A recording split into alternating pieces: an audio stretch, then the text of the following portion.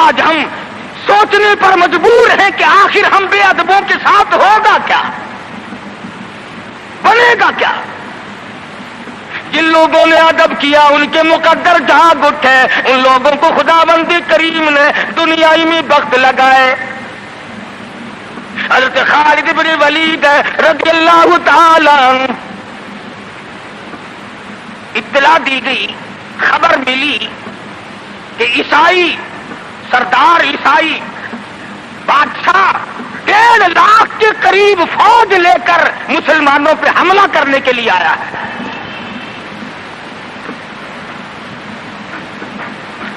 حضرت خالد بن ولید رضی اللہ تعالی عنہ کو 50-60 آدمی دیے، جاؤ بادشاہ کی فوج کا اندازہ لگا کے آؤ، تخمینہ لگا کے آؤ، اسلحہ دیکھ کے آؤ، ان کی تعداد کا اندازہ لگاؤ وہ کتنے ہیں۔ حضرت خالد بن ولید رضی اللہ تعالی عنہ چند صحابہ کرام کو ساتھ لے کر کے پہنچے۔ عیسائی بادشاہ کو پتا چلا، اس نے حضرت خالد بن ولید رضی اللہ تعالی عنہ کو بلایا اور کہنے لگا کہ دیکھو جنگ اچھی چیز نہیں ہے، ہم سے صلح کر لو، ہم سے صلح کر لو۔ حضرت خالد فرمانے لگے صلح میں دیر کیا ہے، قول لا الہ الا اللہ محمد الرسول اللہ صلی اللہ علیہ وسلم، کلمہ پڑھ، مسلمان بن جا، میرا بھائی بن جا، جنت کا حقدار بن جا، میرے نبی کا غلام بن جا، اللہ کی توحید کا ماننے والا بن جا، ابھی تمام باتوں میں صلح ہو جائے گی۔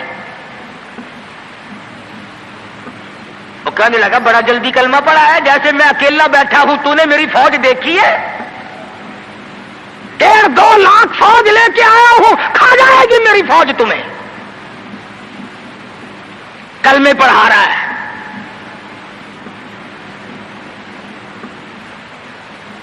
حضرت خالد کو کہنے لگا تجھے پتا نہیں تو کس کے سامنے کھڑا ہے؟ فرمایا ہاں ایک عیسائی کافر کے سامنے کھڑا ہوں۔ وہ کہنے لگا ہے کوئی جلاد؟ فوراً تلوار لے کر حاضر ہو گئے، کہا اس گستاخ کی گردن کاٹ مارو۔ حضرت خالد کے ساتھ 2 آدمی اور تھے، انہوں نے یہ نہیں کہا ہے جی اجی ہم تو یوں ہی بات کر رہے تھے جی، اجی آپ برہم ہو گئے، اجی حضور آپ ناراض ہو گئے۔ حضرت خالد نے یہ نہیں فرمایا کہ باہر والوں کو اطلاع کر دو، وہ 50-60 آدمی تو ہمارے ساتھ مل جائے۔ 2 ساتھیوں کو فرمایا اب ایک دوسرے کی طرف مت دیکھنا، تلوار نکال لو، انشاءاللہ حوض کوثر پہ ملاقات ہوگی۔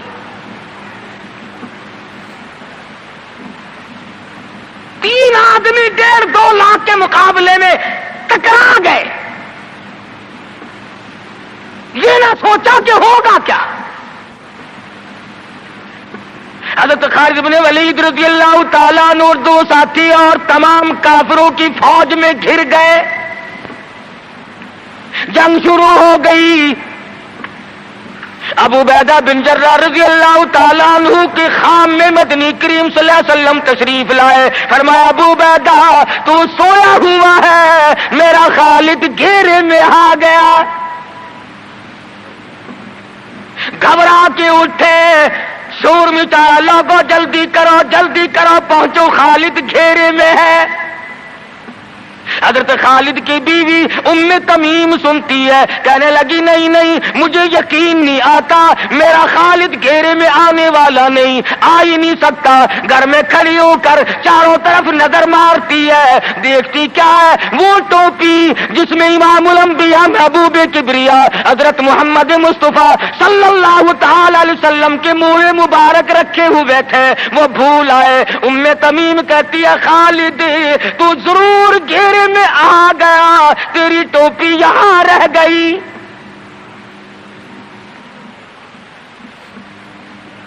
ام تمیم نے ٹوپی لے کر کے شور نہیں مچایا، کپڑے نہیں پھاڑے، چہرہ نہیں نوچا، ابو عبیدہ کے پاس نہیں آئی، بغل میں ٹوپی دبائی، برقع اوڑھا، گھوڑے پہ سوار ہوئی، تلوار لے کر گھوڑے کو سر پٹ چھوڑ دیا۔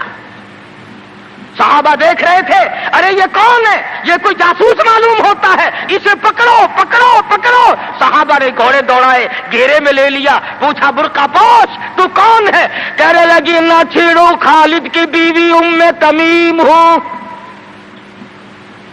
تو کہاں چلی ہے؟ کہنے لگی میرا خالد گھیرے میں آ گیا، ٹوپی گھر پہ بھول گیا، وہ پہنچانے چلی ہوں، ہمیں دے دے ہم پہنچا دیں گے، تو عورت ذات ہے۔ کہنے لگی خالد کی جو قدر میں جانوں تم نہیں جانتے، جان دے دوں گی مگر ٹوپی کسی کو نہ دوں گی۔ نکل پڑی، آ کے دیکھا تلواریں چل رہی ہیں، گاجر مولی کی طرح آدمی کٹ رہے ہیں، حضرت خالد بن ولید بیچ میں ہے۔ ام تمیم نے تلوار نکال کر چلانی شروع کر دی، گاجر کی طرح لوگوں کو کاٹ مارا۔ خود حضرت خالد کہتے ہیں او میرے ساتھیوں، اس نوجوان کو پہچانو، اس برقع پوش کو پہچانو، اس نقاب پوش کو پہچانو، یہ کون ہے؟ جب سامنے گئی، نقاب اٹھا کے کہنے لگی خالد تیری بیوی ام تمیم ہوں، یہ ٹوپی بھول آئے ہو، پہنچانے آئی ہوں۔ اور کراچی کے مسلمانوں تم نے کبھی سوچا نہیں خالد کے سر پہ نبی کی ٹوپی نہیں، جس میں نبی کے بال رکھے ہوئے تھے، وہ گھیرے میں آ گئے۔ آج تیرے پاس قرآن نہیں، تو گھیرے میں ہے۔ وہ ٹوپی گھر پہ بھول آیا تھا، تو قرآن کو مسجد میں قید کر کے آیا، آج تو کفر کے لرزے میں پھنسا ہوا ہے، تو گھیرے میں ہے، تجھے کوئی نہیں نکال سکتا اللہ کے قرآن کے سوا۔ تم کتنی عسکری طاقت بڑھاؤ، تم تعداد بڑھا لو، تم چھوٹے بڑے زور لگاؤ، کتنی تم کوشش کرو، خدا کی قسم جب تک تم اللہ کا قرآن لے کر کے نہیں بیٹھتے اس وقت تک تمہارا گھیرا نہیں ٹوٹ سکتا۔ تم نے اللہ کے قرآن کو مسجد میں قید کر دیا۔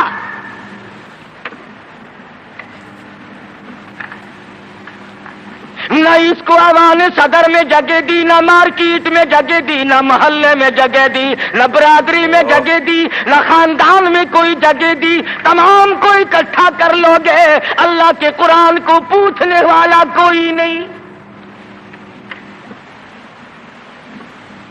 کون پوچھے؟ حضرت خالد تو صرف ٹوپی بھول کر آئے تھے، ہم نے قرآن ہی بھلا دیا، نبی کی سیرت کا آئینہ بھلا دیا۔ خدا کی قسم نبی نے امانت تمہارے سپرد کی ہے، میدان حشر برپا ہوگا اور اللہ کا پیغمبر کھڑا ہو کر تم سے مطالبہ کرے گا، لاؤ میری امانت کہاں ہے؟ کچھ لوگ کہیں گے اور جی ہم تو عشق کی وجہ سے ایسا کر بیٹھتے ہیں، محبت میں ہمیں پتہ ہی نہیں چلا قرآن کہاں رہ گیا، محبت میں ہمیں پتہ ہی نہیں چلا قرآن رہ کہاں گیا۔ اور تجھے کیسی محبت ہے، تجھے کیسا عشق ہے کہ تجھے آج تک پتہ نہیں چلا۔ عشق تو صحابہ کرام کو تھا۔ مدینہ منورہ ہے، اللہ پاک ہر مسلمان کو مدینہ پاک کی زیارت نصیب فرمائے۔ خدا کی قسم مدینے کی ہوا میں جو خوشبو ہے تمہاری وہ کستوری میں نہیں ہو سکتی، وہ مشک میں نہیں ہو سکتی، وہ عنبر میں نہیں ہو سکتی، وہ زعفران میں نہیں ہو سکتی۔ ارے مدینے کی ہوا میں جو خوشبو ہے، جو گنبد خضرا سے ٹکرا کر آتی ہے، اس ہوا میں خوشبو بھی نرالی ہے۔ صحابہ کہتے ہیں کہ جب ہم نبی صلی اللہ علیہ وسلم کو تلاش کرنے کے لیے نکلتے تو کسی سے پوچھتے نہیں پھرتے تھے، بلکہ مدینے کی ہوا بتاتی تھی ادھر آؤ ادھر آؤ، حضور ادھر تشریف لے گئے۔ مدینہ منورہ میں ایک جنگ کی تیاری فرمائی، صحابہ کرام کا لشکر تیار فرمایا۔ حضور اکرم صلی اللہ علیہ وسلم نے، جمعے کا دن ہے، صبح کا وقت ہے، لشکر کو ساتھ لے کر کے تشریف لے گئے، 2-3 میل تک رخصت فرمانے کے لیے گئے، دعا کر کے واپس آ گئے، اللہ تمہیں کامیاب فرمائے۔ صحابی ہے حضور اکرم، سب کہہ دو صلی اللہ علیہ وسلم کا۔ آؤ عشق کی بات تمہیں بتاؤں۔ حضور اکرم صلی اللہ علیہ وسلم نے روانگی کے وقت فرما دیا توجہ کرنا، لشکر کو رخصت کرتے وقت فرما دیا، اور میرے دیوانوں اور پروانوں اور میرے جانثاروں بات سنو، پہلے جھنڈا جعفر طیار رضی اللہ تعالیٰ عنہ کے ہاتھ میں دینا، پھر جھنڈا عبداللہ ابن روا کے ہاتھ میں دینا، پھر جھنڈا اسامہ بن زید کے ہاتھ میں دینا۔ حضور کے کلام کی مراد کو اگر صحابہ نہیں جانتے تو کون جانتا ہے؟ سمجھ گئے صحابہ کہ جعفر طیار شہید ہوں گے، یہ جو حضور نے فرمایا پھر اس کو دینا، پھر اس کو دینا۔ حضور صلی اللہ علیہ وسلم کے کلام کی، فرمان کی، ارشاد کی مراد اور منشا غرض و غائب صحابہ سمجھ گئے کہ جعفر طیار شہید ہوں گے، اور پھر عبداللہ بن روا بھی شہید ہوں گے، اور اسامہ بن زید بچ کے آئیں گے۔ صحابہ کا تجربہ تھا حضور کے کلام کو سمجھنے کے لیے۔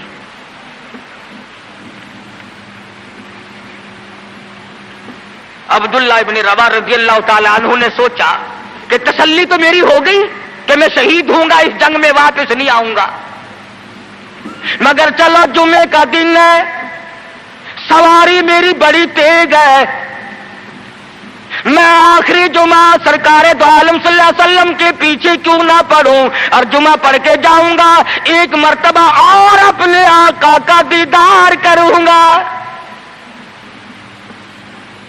واپس مدینے میں آئے، گھر نہ گئے، بیوی بچوں میں نہ گئے، باغ و بہار میں نہ گئے، فصل باڑی میں نہیں گئے، لوگوں میں نہیں گئے، سیدھے مسجد نبوی میں تشریف لائے۔ جمعے کی نماز کے بعد مدنی کریم صلی اللہ علیہ وسلم سے سلام کیا۔ حضور نے فرمایا عبداللہ میں نے تو تجھے صبح رخصت کیا تھا لشکر کے ساتھ،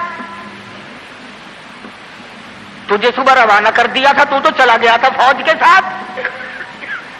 عرض کیا یا رسول اللہ میرے ماں باپ قربان ہو جائیں، آپ کے فرمان سے میں نے یہ اندازہ لگایا کہ میں شہید ہو جاؤں گا، میرا یہ آخری جنگ ہے، یہ آخری جہاد ہے۔ میرے دل میں ایک بات آئی، آج جمعے کا دن ہے، اپنے آقا کے پیچھے جمعہ بھی پڑھوں، آخری جمعہ پڑھوں اور آخری دیدار کر کے جاؤں۔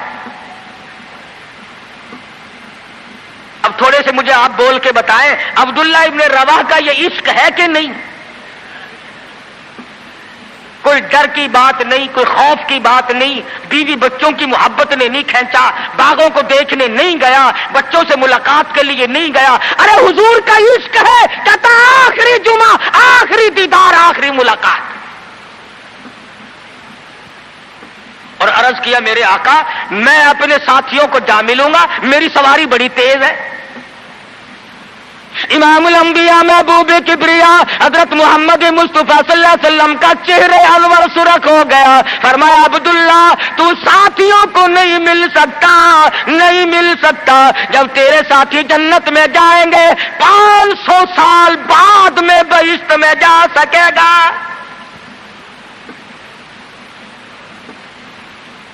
کیوں؟ اس لیے چاہے تم عشق کے تحت آئے، محبت کی وجہ سے آئے، جذبے کی وجہ سے آئے، جمعے کے لیے آئے، میرے دیدار کے لیے آئے، میری ملاقات کے لیے آئے، جب میں نے رخصت کر دیا تھا میرے حکم میں تاخیر کیوں کی؟ پتہ چلا عشق بھی وہ مقبول ہے جو حضور کی غلامی کے اندر ہو۔ غلامی سے باہر جو عشق ہے وہ عشق نہیں، وہ فریب ہے، وہ دجل ہے۔ آج آپ دیکھ لیں، نام دیکھو، شکل دیکھو، نام ہوگا عاشق رسول اور شکل دیکھو تو خدا کی قسم بالکل ایسا معلوم ہوگا جیسے اندرا کا بھتیجا ہو۔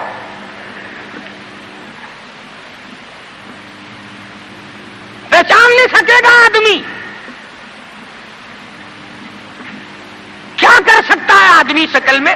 صورت نہیں، سیرت نہیں، لباس نہیں، اخلاق نہیں، کردار نہیں، تمام چیزوں کا تختہ نکال کے رکھ دیا ہے۔ اور آج قوم اسی وجہ سے مصیبتوں سے دوچار ہے، وہ نرغے میں پھنسی ہوئی ہے، وہ نکل نہیں سکتی، وہ سہارا ڈھونڈ رہی ہے مادی قوت کا۔ حضور ناراض ہو گئے صلی اللہ علیہ وسلم۔ صحابی کہتے ہیں میں چاہتا تھا زمین پھٹ جائے، مجھے لقمہ بنا کر نگل جائے، صحابی کہتا ہے مجھے زندگی تلخ لگنے لگی، ہائے میرے آقا مجھ سے ناراض کیوں ہو گئے؟ عبداللہ بن روا تشریف لے گئے، گھر پھر بھی نہیں گئے، بال بچوں میں پھر بھی نہ گئے، اور جا کر کے جہاد میں شریک ہو گئے۔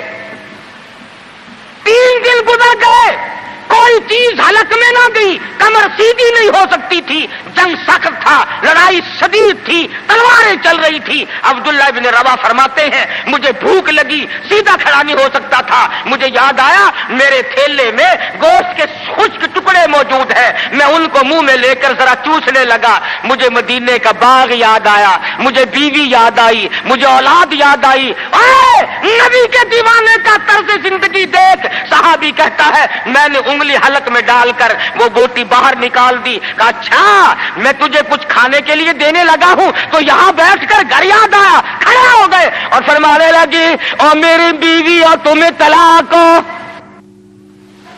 اور میرے باغ بہار جاؤ، اسلام کے لیے وقف ہو تم، آج کے بعد میرے نہیں۔ کسی نے پوچھا کیا کہہ رہے ہو؟ فرمایا ہاں ہاں، نقشہ سامنے کیوں آیا؟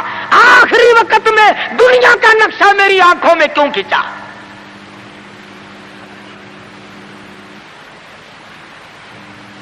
صحابی نے اپنے دل میں تصور بھی لانا اچھا نہ سمجھا، میری عاقبت خراب نہ ہو جائے، میری آخرت نہ بگڑ جائے۔ عبداللہ بن روا تلوار لے کر کھڑے ہو گئے، کسی نے لکھا 3 دن کا، بعض نے لکھا 5 دن کا بھوکا صحابی ٹکڑے ہو گیا۔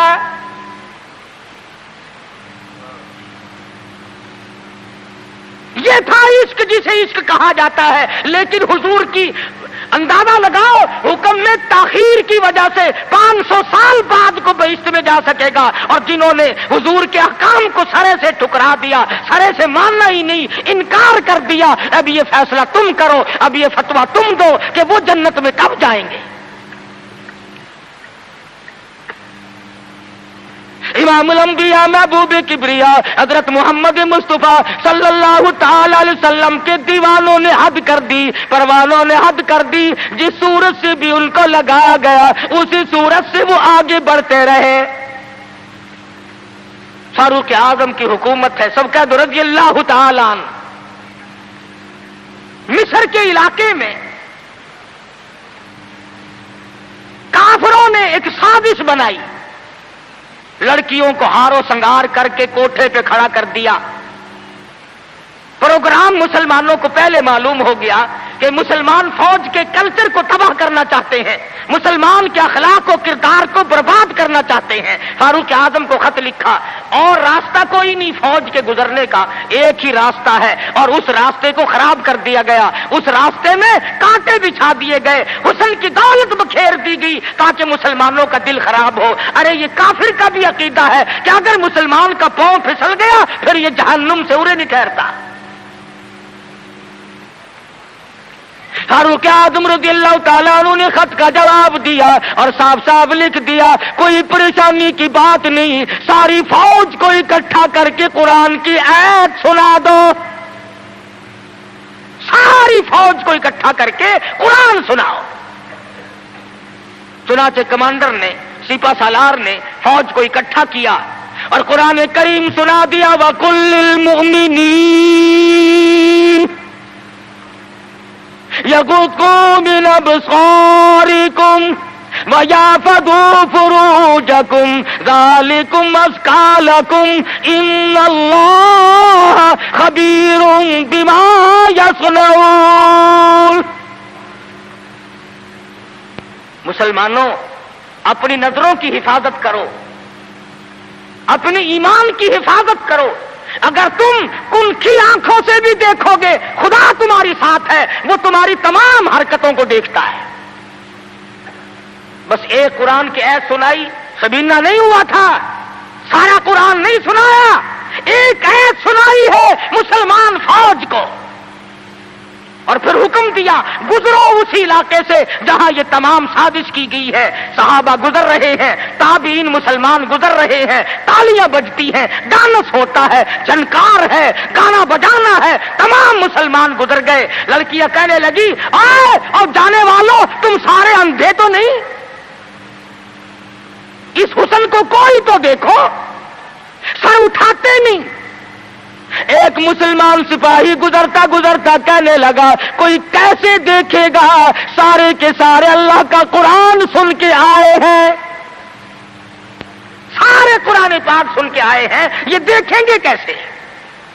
لڑکیاں کہنے لگی وہ قرآن کیسا ہے, اس میں کتنی قوت ہے, اس میں کتنی طاقت ہے, اس میں کتنی استعداد ہے, اس میں کتنی پاور ہے, جو ایسے حسن کے نظارے سے روک دے, جو ایسا حسن نہ دیکھنے دے.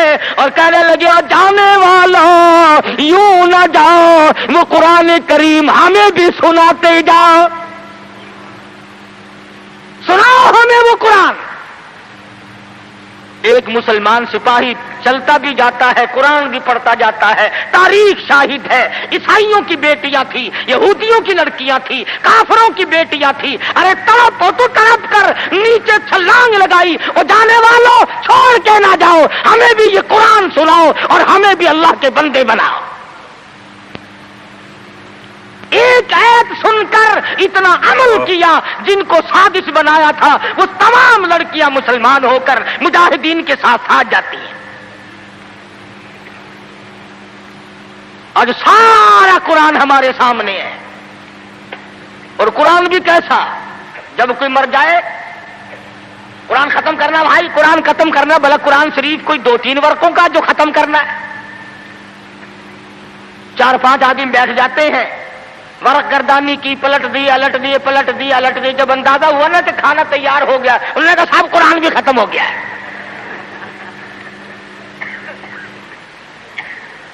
ہمارے یہاں ایک مولانا ہے, لوگ ان کو بہت کہتے ہیں کہ قرآن ختم کرو.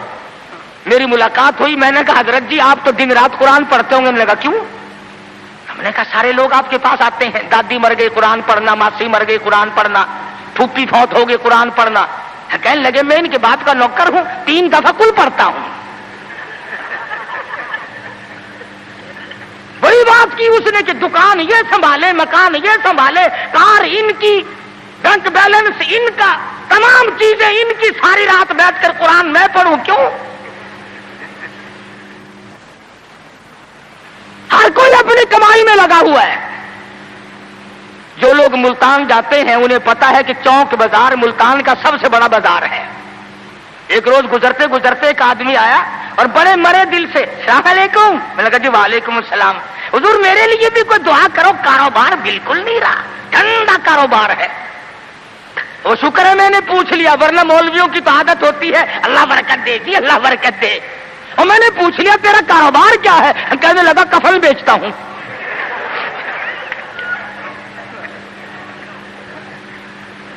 اور بدبخت میں نے کہا کاروبار بدل لے, لوگ مرے تو تیرا دھندا چلے. اس لیے لوگوں کو کہا کرتا ہوں کہ مولویوں کو شادیوں میں دیا کرو تاکہ یہ دعا کرے یا اللہ ایک ایک کی 4 شادیاں ہوں. اب مرے بغیر تم رسید نہیں دیتے, جب تک مرو گے نہیں مولوی کا گھر میں داخلہ بند. کیا کرے مولوی بیچارہ, کدھر جائے؟ سب کی بات یہ ہے. ایک دوست کے جنازے کے ساتھ قبرستان گیا, وہ قبر کھودنے والے بھی پہچانتے ہیں. السلام علیکم. وعلیکم السلام. کیا حال ہے بھائی؟ لگا حال کیا ہے, آج 5ویں دن ایک مردہ لے کے آئے ہو, کم سے کم ہمارے لیے بھی دعا کر, ایک مردہ تو روز کہا جایا کرے. عقل کرو. شادی میں تو قرآن کو جگہ نہیں دیتا, بنگلے میں, کوٹھی میں, فلیٹ میں, کاروبار میں, دکان میں خدا کے قرآن کو جگہ نہیں دیتا. خدا کی قسم ارشاد فرمایا مدنی کریم صلی اللہ علیہ وسلم نے, جو لوگ قرآن پاک کی تلاوت کرتے ہوئے مر جائے اپنی قبر سے قرآن پڑھتا ہوا اٹھے گا, اس کے کے منہ سے کستوری کی خوشبو آ رہی ہوگی. اہل محشر کہیں گے الہی یہ کون لوگ ہیں؟ قیامت کا دن ہے، سخت دن ہے، بڑی پریشانی کا دن ہے، لوگ اپنے پسینوں میں غرق ہیں، اس کے یہاں سے خوشبو آ رہی ہے، یہ کون ہے؟ جواب ملے گا تو گالی بکتا مرا تھا، تو گانے گاتا ہوا مرا، تو گیت سنتے ہوئے مرا، تیرے دماغ میں کنجری بسی ہوئی تھی، تیرے دل میں بدماش عورت بسی ہوئی تھی جب تو مرا. اور یہ وہ ہے جب موت آئی تو میرا قرآن پڑھ رہا تھا. آج بھی قرآن پڑھتا ہوا اٹھا ہے. اس لیے اس کے منہ سے برکت، قرآن کی برکت سے خوشبو آتی ہے. تم نے برکتوں کو جانتے، یہ بسوں میں دیکھو، ٹیکسیوں میں دیکھو، عقیدہ دیکھ، ایک بھی تصویر لٹکی ہوئی ہے، یہ کس کی ہے؟ فلانے بابا کی ہے، سیون شریف والے بابا کی ہے، پاک پٹن والے. اور یہ بابے تھے یا بابن تھی؟ یہ عورتیں تھوڑی ہی تھی. کچھ تو عقل کر، اللہ والوں کی توہین کرتے ہو. تیری موٹر کو، کار کو، ویگن کو، بس کو یہ بابا بچائے گا، خدا نہیں بچا سکتا. اسی لیے دھکے کھا رہے ہو کہ تمہارا خدا ریٹائر ہو گیا. اور جب خدا کا دروازہ آدمی چھوڑتا ہے اس کی عقل ماری جاتی ہے، اسے پتہ ہی نہیں چلتا کہ عورت کا معاملہ ہے یا مرد کا معاملہ ہے. میں عرض کر رہا تھا کہ مسلمان اگر نبی کی سیرت کو سنتا ہے یا جانتا ہے اور مانتا ہے تو کوئی وجہ نہیں کہ مسلمان کو کچھ زیر کر سکے. وہی خالد بن ولید ہیں سب قید رضی اللہ تعالی عنہ. ایک دوسرا موقع آیا، کافر اپنی فوج کو لے کے آیا، بہت بڑا لشکر ہے، بہت بڑا لشکر ہے. کہنے لگا خالد چلا جا، بھاگ جا ورنہ بوٹیاں اڑا دی جائیں گی تیری.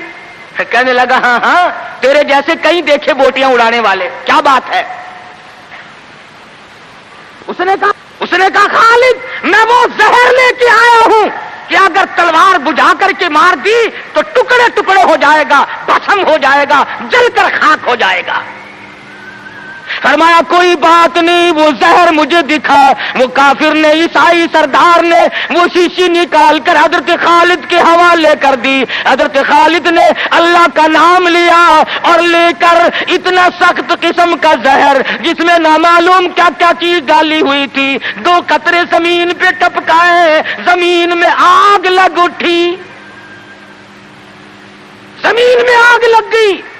خالد کا ایمان دیکھو، نبی کے دیوانے کا ایمان دیکھو، اور نبی کا صحابی ہے، نبی کا جانثار ہے، نبی کا غلام ہے. ہاتھ سے شیشی لی اور بسم اللہ کر کے تمام شیشی کو پی کر خالد سامنے کھڑے ہیں. فرمانے لگے دیکھ تیرے سامنے آرام سے کھڑا ہوں. کہنے لگا کہ تم تو کچھ بھی نہیں، تمہیں تو یہ زہر کچھ نہیں کہتا، تم کیا کھاتے ہو، تم کیا پیتے ہو، تمہارا کیا مطلب ہے، اور جاؤ اپنے خیمے میں، میں تمہارے پاس آؤں گا. عیسائی سردار گیا، خالد کو کہنے لگا وہ کشتا کھلا، وہ دوا پلا، جس کو زہر کچھ نہ کہے، تلواریں نہ ڈرائیں، تیر نہ ڈرائیں، مرنے سے نہ ڈرے. فرمایا غسل کر، غسل کیا. فرمایا پڑھ لا الہ الا اللہ محمد الرسول اللہ صلی اللہ علیہ وسلم، کلمہ پڑھایا. عیسائی کلمہ پڑھ کے کہنے لگا خدا کی قسم اب وہی جذبہ، وہی ہمت، وہ قوت میرے اندر آ گئی. تم ٹھہرو، اب اس ساری فوج سے میں اکیلا ٹکراؤں گا. چنانچہ وہ ٹکرا گیا اور شہید ہو گیا. تو ایسی صورت میں جبکہ عقائد کا میدان ہمارا یہ ہو اور عمل کا میدان ہمارا یہ ہو اور کردار کی صورت یہ ہو تو بات کیسے بنے؟ اللہ میاں جانتا تھا کہ نبی کی آمد کی خوشی میں نامعلوم ناچیں گے، ڈانس کریں گے، ڈھول بجائیں گے، کیا کیا خرافات کریں گے. اللہ میاں نے اسی دن میں حضور کی وفات رکھ دی. فرمایا اگر خوشی آئے اچھلو مت، غم آئے تو تباہ نہ ہو جاؤ. وہی دن خوشی کا اور وہی دن غمی کا. تجھے غم کا کیا پتا؟ تیرا بیٹا مر جائے تجھے غم کا پتا، تیری بیگم مر جائے تجھے غم کا پتا، تیرا جوان کریل بھائی مر جائے تجھے غم کا پتا، تو نے ماں کا صدمہ دیکھا ہوگا، تم نے ماں باپ کا صدمہ دیکھا ہوگا، تم نے بیٹے کی موت کا صدمہ دیکھا ہوگا۔ خدا کی قسم جاؤ بلال سے جا کے پوچھو جب حضور رخصت ہوئے تیرا کیا حال بنا تھا۔ تو کیا جانے کہ صحابہ کرام پہ اس دن کیا بیتی۔ حجۃ الوداع کے زمانے سے لے کر 12 ربیع الاول تک محمد مدنی صلی اللہ علیہ وسلم بیمار رہے۔ اگر اتنے دنوں آج کوئی بیمار پڑ جائے، مولویوں سے موت کی دعا کرانے لوگ مسجدوں میں پہنچ جاتے ہیں، اجی ذرا دعا کر دینا یا ادھر ہو یا ادھر ہو۔ بلکہ وہ ایک بات سنی تھی کہ ایک آدمی کا والد بیمار تھا، اس کا بیٹا مردہ نہانے والے کے پاس گیا، اس نے کہا ذرا چلو ابا جی کو غسل دینا ہے، کہ بھائی کب فوت ہوا؟ انہوں نے کہا جی آپ جائیں گے پانی گرم کریں گے کفن تیار کریں گے انشاءاللہ اتنا مریض آئیں گے اور کیا ہے، پیش کی تیاری ہوتی ہے۔ یہ صحابہ تھے جنہوں نے جان کے قیمے بنوا کر کے حضور اکرم صلی اللہ علیہ وسلم کا دیدار کیا تھا۔ ان کی نظروں کے سامنے ان کے بچوں کو نیزوں کی نوک میں لٹکا کر تڑپا کر مارا گیا، مگر کسی صحابی نے ایمان کا دامن نہ چھوڑا۔ آخری وقت ہے مرض الموت، ازواج مطہرات رضی اللہ تعالیٰ عنہن اجمعین کو جمع فرمایا، فرمایا اے ام حبیبہ، اے زینب، اے حفصہ، تمام کے تمام بخوشی اجازت دو میں اپنی بیماری کے دل ایسا صدیقہ کے حجرے میں گزار لوں۔ وہ کس طریقے سے اجازت مانگتے ہیں؟ ہمارے یہاں تو ساری زندگی اجازت کا سوال ہی پیدا نہیں ہوتا، گویا بیماری کے دن بھی گزارنے تھے، اور ایسا صدیقہ کے حجرے کو قیامت تک کے لیے بہت بڑا مقام دینا تھا۔ بنیاد پڑ رہی ہے گنبد خضرا کی۔ سیدہ عائشہ صدیقہ رضی اللہ تعالی عنہا فرماتی ہیں آخری وقت تھا، پسینے آئے، گھبراہٹ طاری ہوئی، فرمایا میری عائشہ ٹھنڈے پانی کا پیالہ لے آ، میں سمجھی پانی پیئیں گے، میرے محبوب کو پیاس لگی ہوگی، میرے محبوب کو گرمی لگی ہوگی۔ میں پانی کا پیالہ لے کر حاضر خدمت ہوئی، اشارہ کر کے فرمایا یہاں رکھ دے، میں نے رکھ دیا۔ رحمت والا ہاتھ پانی میں بھگو کر اپنے منہ پہ چھینٹے مارنے شروع فرما دیے۔ عائشہ صدیقہ فرماتی ہے میرا جگر پھٹنے لگا، اور میرے محبوب کیا بنی، یہ گھبراہٹ کیسی، یہ پریشانی کیسی؟ فرمایا میری عائشہ تو نہیں جانتی موت کتنی گھبراہٹ والی ہے۔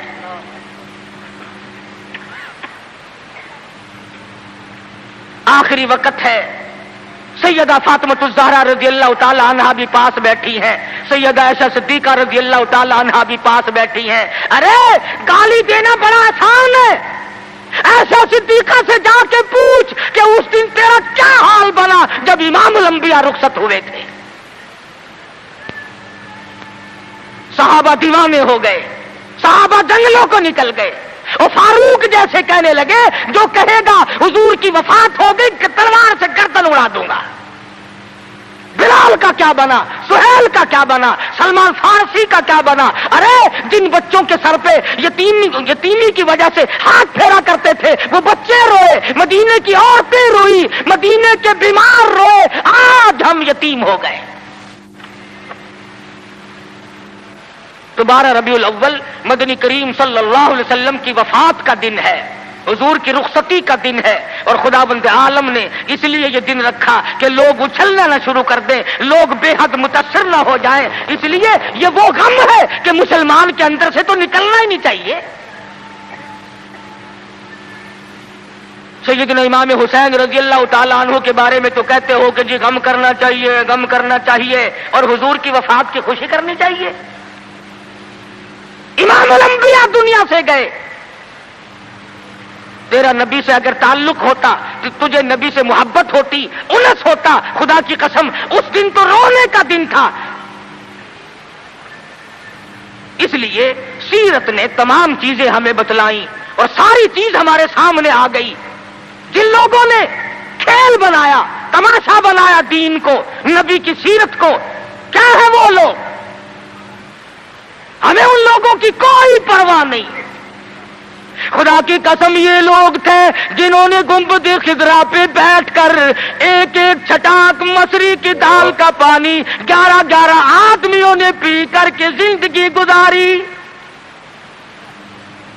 نبی کے روزے پہ بیٹھ کر حدیث کا درس ہم نے دیا, نبی کی مسجد کی امامت ہم نے کی, نبی کے شہر کی گورنری ہم نے کی, نبی کی گلیوں میں جھاڑو ہم نے دی, نبی کے شہر کے دفن کو ہم نے تسلیم کیا. ہم دعائیں کرتے ہیں. جاؤ شیخ الحدیث مقدس الروح کو دیکھو, 20 برس گزر گئے, آج تک گنبد خضرا کے پڑوس میں دفن ہونے کے لیے منتظر بیٹھے ہیں. نعرہ تکبیر، اکابرین علماء دیوبند. قاری فتح من صاحب جیسا مقدس الروح نابینا بزرگ حضور کے دروازے پہ پڑا ہے, یہاں دفن ہوں گا, یہاں آقا کے قدموں میں جان دوں گا. تو یہی کلی کھڑکاتا پھرتا رہی ہو, بڑا عاشق ہے نا. یہ برکت نہیں جانتے, اور یہ برکت نہیں, یہ حرکت ہے. ہم تو اس کپڑے کا اکرام کرتے ہیں. خدا کی قسم میں جب جشن پہ گیا, 100 سالہ اجلاس پہ گیا, میں نے عرض کیا یارو اس رومال کو ہاتھ لگوا دو. کہنے لگے جی رس بڑا ہے ورنہ ضرور دکھاتے, اور سننے کی ڈبیا میں رکھا ہوا ہے وہ رومال جس رومال کو میرے آقا کا چوگا مبارک لگا ہے, خزانے میں رکھا ہے. ہمارے پاس خزانہ وہ رومال ہے, وہ کنٹیل ہے خداوند عالم کے محبوب کا جس میں چوگا رکھا ہوا تھا. ہم تو اس رومال کی حفاظت کرتے ہیں, اس قرآن کی حفاظت کرتے ہیں, اس سنت کی حفاظت کرتے ہیں جو صحابہ کرام نے ہم تک پہنچائی. اللہ پاک مجھے اور آپ کو عمل کی توفیق عطا فرمائے. وآخر دعوانا ان الحمدللہ رب اللہ ماشاء اللہ سبحان اللہ سبحان اللہ. دوستو کیسا لگا آپ کو ہمارا یہ بیان؟ اگر بیان پسند آیا ہو تو اسے لائک کریں, ہمارے چینل کو سبسکرائب کریں اور دوسروں تک اسے شیئر ضرور کریں.